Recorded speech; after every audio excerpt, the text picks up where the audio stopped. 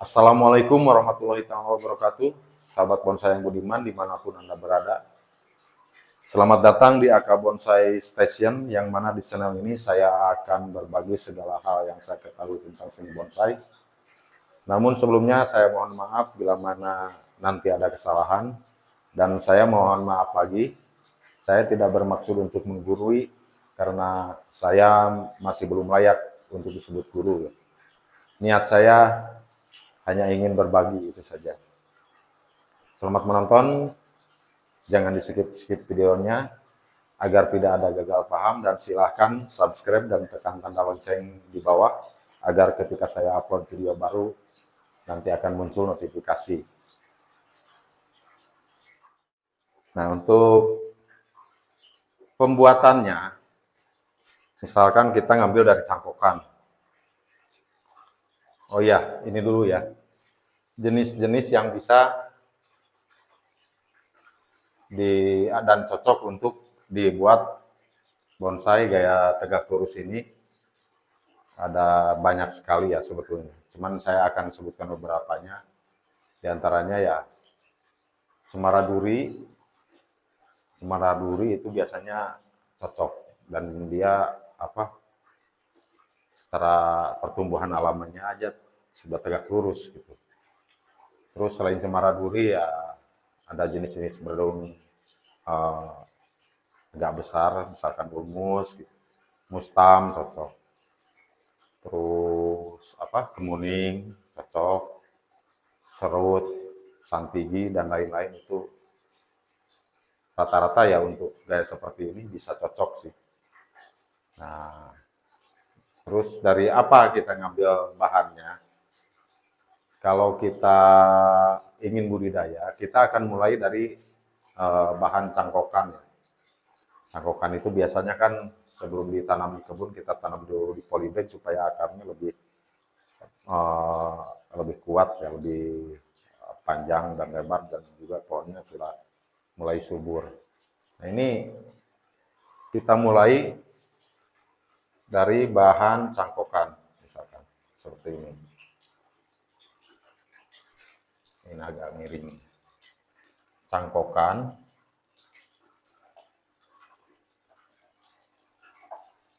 bahan dari cangkokan. Terus akarnya diurai.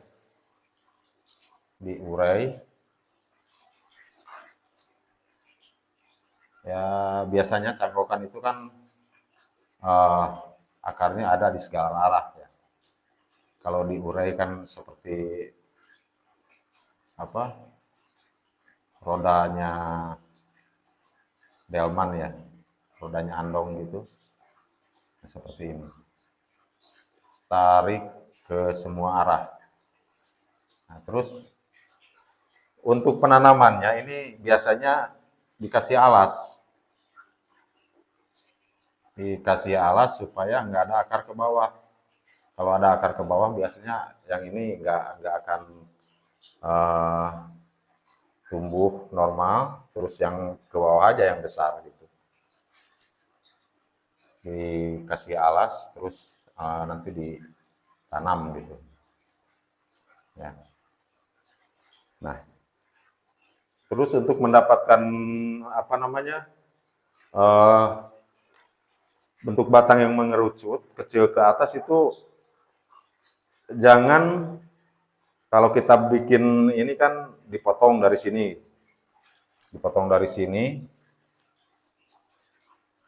terus ngambil tunas dari sini, dilos lagi. Nah, itu nanti jadinya akan informal. Kalau enggak ya bukan cokan lagi namanya gitu. Tegak tapi cokannya nggak dapet gitu. Nah, terus gimana caranya? Nah, ini kita kalau misalkan ada cabang dari sini ya, usahakan cabang itu yang dipilih sesuaikan dengan baik itu letaknya, mau letak jaraknya ya, maupun arahnya. Itu usahakan dari awal penanaman kita udah rancang untuk ukuran seberapa gitu. Nah, bila mana tunasnya atau apa namanya si cabangnya ini, calon cabangnya ini ya sudah ada, kita tinggal ngelos aja, dibesarkan aja ini, dibesarkan semuanya. Nanti ini juga batangnya akan membesar. Nah, seperti ini. Dan akarnya juga membesar juga, biasanya, ketarik. Begini ya. Nah, terus ini mengecil di sini. Nah, ini juga membesar. Ada pengecilan lagi.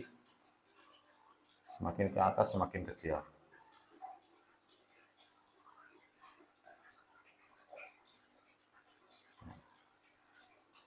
Begini.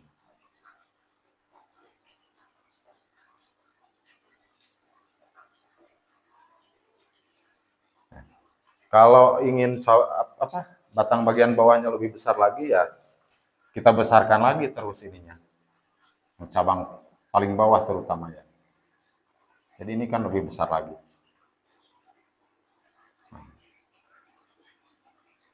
Untuk bagian belakang juga sama, belakangnya sini. Sama semua. Dilos. Dilos semua. Terus lah, nanti kan ini cabangnya oper katanya. Ini nggak usah dipakai. Yang cabang-cabang yang dilos ini hanya untuk apa memberikan pertumbuhan kepada batangnya aja. Jadi untuk narik batangnya aja supaya besar, mengerucut gitu. Jadi kita kalau bahan yang kita tanam di kebun sudah seperti ini, kita angkat aja. Nah, ininya potong. Nggak dipakai cabang-cabang yang ini. Nggak usah dipakai. Nah, ini ke atas gitu. Nggak usah dipakai. Loh, kok nggak dipakai? Ya, ini dipotong semua, potong semua. Nanti kan luka katanya. Nah, setelah kita potong, ya ini ada luka. Di sini ada luka pohon. Ada luka. Sini juga ada. Sini juga ada. Ya, ada luka, ada luka, ada luka. Terus cabang yang mau kita pakai yang mana? Nah, ketika pohon yang subur kita ambil dari kebun ya, otomatis akar ini semua dipotong. Dipotong, dipotong, dipotong. Terus cabangnya juga dipotong semua. Ini rasio batang untuk menumbuhkan tunas itu lebih besar. Meskipun ini banyak luka di sini. Gitu. Untuk tekniknya ya banyak ya di berbagai, ada yang disungkup, ada yang ya disemprot atau gimana gitu. Yang penting kelembaban ini si batang ini, sekitar batang ini ketika ditanam itu terjaga ya kelembabannya. Nah, terus luka-luka ini perlakuannya gimana? Ini setelah dipotong, luka-luka ini ya harus dikasih salep gitu. Nah, terus selanjutnya kita bisa menunggu tunas yang tumbuh kemudian, atau kalau pengen kita pasti gitu ya, kita bisa tempel di sini. Kalau bisa seharusnya ya di atasnya luka. Di atasnya luka ini, kalau bisa ada yang tumbuh gitu ya. Kalau nggak ada ya, kalau sulit untuk nempel di atas, di bawahnya juga. Biasanya nempel di bawah ini lebih mungkin gitu. Lebih mungkin. Jadi Ya, nempel di bawah aja. Di ini, oh ya, bikin cabang tadi ya, harusnya agak di atas gini. Di atas, jadi ketika kita nempel di bawah itu, jadi nggak terlalu bawah gitu, hasilnya. Nah, nempel di bawah, ini juga nempel di bawah, ini juga. Nah, terus setelah kita punya calon-calon cabang ini, kita tanam lagi di kebun lagi. Loh, kenapa ditanam lagi di kebun? Karena kita butuh pertumbuhan yang lebih cepat. Itu bisa di bloom bag atau bisa di masih di dalam pot. Di dalam pot bisa.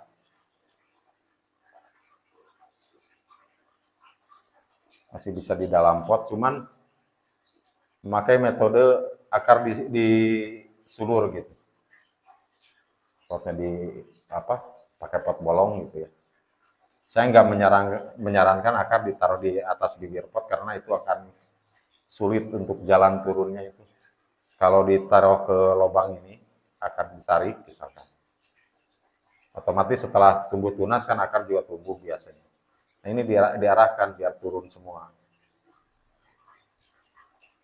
Grounding, ini pakai paralon bisa ke bawah. Pakai plastik es mambo bisa.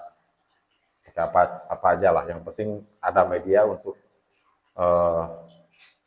supaya akarnya ini nyampe ke bawah. Nah, terus kita ngelos lagi bagian ini sampai benar-benar ukurannya itu seperti yang kita tuju. Gitu. Otomatis ada kambium yang ketarik di sini. Sini lebih besar lagi. Kakinya lebih sempurna lagi karena kita menyempurnakan juga dengan sistem ulur atau mau tanam di bloom bag atau mau di ground langsung di tanah nggak apa-apa. Nah, ini sampai ukuran yang kita inginkan tercapai. Nah, otomatis si luka ini nantinya menutup. Oh ya, kalau bisa pilih jenis yang ini ya, yang lukanya cepat nutup ya, cepat jalan. Misalkan anti putri, ulmus, atau pikes juga, ya lain-lain yang pokoknya lukanya cepat nutup gitu. Jangan yang lama nutup seperti mustam gitu kan, lama itu. Terus kemuning juga itu lama itu. Dan mungkin nggak bisa nutup gitu. Nggak sampai nutup kalau kita ngos nariknya pakai cabang-cabang yang kita los sampai ukuran cabangnya ini tercapai gitu yang dituju. Nah, terus kita lanjutkan ya. Ini kita bikin cabang, anak cabang. Nah, ini bisa dipot untuk lanjutan begini. Tapi kalau saya menyarankan ketika kita motong cabang yang udah sesuai ini, akar juga dipotong. Akar juga harus dipotong, akar yang dilos dipotong. Ini mempermudah tunas di cabang ini untuk keluar, karena ketika tidak dipotong akarnya, ini akan basah dan tunas itu sulit sekali untuk keluar, terutama pikes ya, pikes kadang-kadang mati nggak keluar ini nggak keluar tunas malah mati. Tapi kalau dipotong biasanya keluar. Nah ini. Terus ini bisa dilanjutkan dengan tahapan-tahapan selanjutnya. Bikin anak cabang, bikin cucu cabang, ranting, dan seterusnya gitu. Nah, jadi cara seperti inilah untuk menghasilkan bahan bonsai tegak lurus, atau yang di sini itu cokan ya. Yang saya bahas sekarang ini cokan. Oh ya, sahabat bonsai yang budiman, Ini sebelum diangkat ya, kalau kita mau ngangkat pohon, apalagi itu kalau misalnya di kebun, kita mau angkat gitu. Nah, ini jangan lupa dicangkok dulu sebelum diangkat ya. Dicangkok atau dipotong sebagian akarnya, terus disisakan sebagian, nanti baru diangkat gitu. Setelah keluar serabutnya. Cangkok dulu supaya keluar serabutnya, nanti setelah keluar serabutnya baru bisa diangkat. Nah, terus ketika kita memotong cabang-cabang yang ini, cabang-cabang yang kita los tadi, itu usahakan memotongnya berbarengan ketika kita mengangkat. Artinya serabut ini sudah tumbuh. Serabutnya sudah tumbuh ya. Jadi biar nantinya ketika kita tanam lagi, luka ini, kambiumnya masih utuh gitu. Masih baru ada luka gitu ya. Nah, istilahnya nggak terlalu lama. Ini kan akar serabut ini udah banyak nih. Kita potong. Nah, ini langsung mendorong mata tunas yang ada di sekitar. Biasanya langsung mendorong mata tunas yang ada di sekitar. Nanti kalau motongnya berbarengan dengan nyangkok gitu, ini kadang-kadang juga nggak keluar tunasnya di sini. Motong bareng dengan nyangkok atau motong akar, mancing akar ya, baru dipotong gitu. Nah, ini bisa ini ya, bisa ya ada resiko mati gitu. Sininya. Ada resiko itu. Nah, itu juga kenapa bahan bonsai cokan ini jarang ditemukan di pasaran, karena ya bikinnya aja ada resiko. Dan juga nggak semua petani tahu bahwa ada metode seperti ini. Dilos, udah lama-lama ngelos, bertahun-tahun gitu, udah besar dipotong. Ya, kalau dipakai ya udah bukan cokan lagi namanya. Gitu. Ya. Jadi begitu. Nanti setelah ini dipotong, tanam ini juga diangkat dari kebun, ditanam lagi ketika ini udah tumbuh, udah mulai ada tunas baru ya di atasnya, ini kan dibiarin. Dan mungkin ada tunas-tunas baru yang keluar gitu, dari mana gitu kan. Di mana ada mata tunas itu biasanya keluar tunas baru ya.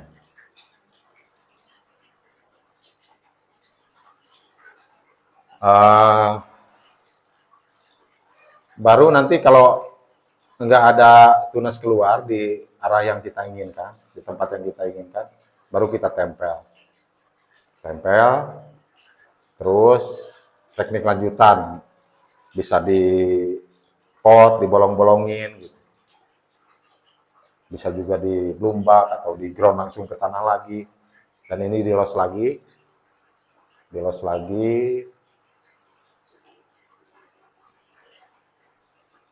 sampai besarnya seperti yang kita inginkan. Dan juga ketika kita ngelos pertama, awal tadi ya, balik lagi saya ngomongnya. Nggak apa-apa. Kita ngambil pengelosan untuk cabang yang ini, yang nantinya dipotong. Ini agak tinggi ya posisinya. Di atas kira-kira letak cabang yang kita inginkan. Misalkan kita inginkan di sini. Jadi otomatis titik tengah mata tunasnya itu di atasnya, di sini. Dan ketika ngelos, tumbuhnya di sini. Jadi pas ketika kita potong, posisi mata tunas yang kita inginkan ini ada di bagian bawah. Jadi begitu. Nah, terus bagaimana dengan jenis pohon yang letak mata tunasnya itu nggak muter gitu, nggak semua arah ada gitu. Ada yang kayak ulmus ya, kanan kiri kanan kiri gitu kan mata tunasnya letaknya. Nah, nanti kan ini cuman kanan kiri doang gitu yang tumbuhnya, nggak ada mata tunas di depan. Nah ini bisa dipelintir digituin ya. Misalkan ini kita kunci bawahnya, kita pelintir bagian ininya sampai mata tunasnya ini ada yang di depan, ada yang di belakang, gitu, ada yang di samping semua. Jadi nantinya diharapkan di setiap tempat yang kita inginkan itu ada mata tunas gitu. Bisa dipelintir, tapi tetap lurus, jangan dipelintir ikut ponnya ikut gerak gitu kan. Itu bisa nggak jadi cokannya. Dipelintir ya. Ya kalau sancang misalkan di sini kanan kiri ada, terus depan belakang, terus kanan kiri lagi. Nah itu kan bisa dipilih nanti buang satu, silang-silang gitu. Atau jenis lainnya yang mata majemuk gitu kayak santigi dan lain sebagainya itu bisa langsung nggak usah dipelintir. Tapi untuk jenis-jenis yang mata tunasnya itu cuma kanan kiri doang, ya itu harus dipelintir. Karena nanti tidak ada pemotongan. Gitu dari awal. Atau bisa dari kecil kita olah gitu kalau nggak mau melintir. Kita olah, kecil kita potong. Nah ketika tumbuh tunas kanan kiri begini, nanti ini tunas ini ya terusannya ini akan depan belakang. Biasanya seperti itu, akan depan belakang. Tapi ya daripada lama gitu, ya tinggal melintir aja sebentar kan selesai. Satu langkah bisa lebih cepat. Gitu. Nah itulah sebetulnya bonsai cokan ini menarik ya dan banyak orang yang ingin punya. Jadi nggak ada salahnya kalau kita membuat bahannya, apalagi yang pembudidaya ya, coba buat cokan. Ya cokan yang enak gitu, yang benar gitu. Ya metodenya ya nggak cuman ini sih sebetulnya. Ada metode lain kayak gabungan gitu nggak apa-apa. Dicoba aja. Nanti yang terbaik kan akan tahu. Nah, sahabat bonsai yang budiman, video ini bersambung. Silahkan like, komen, dan subscribe.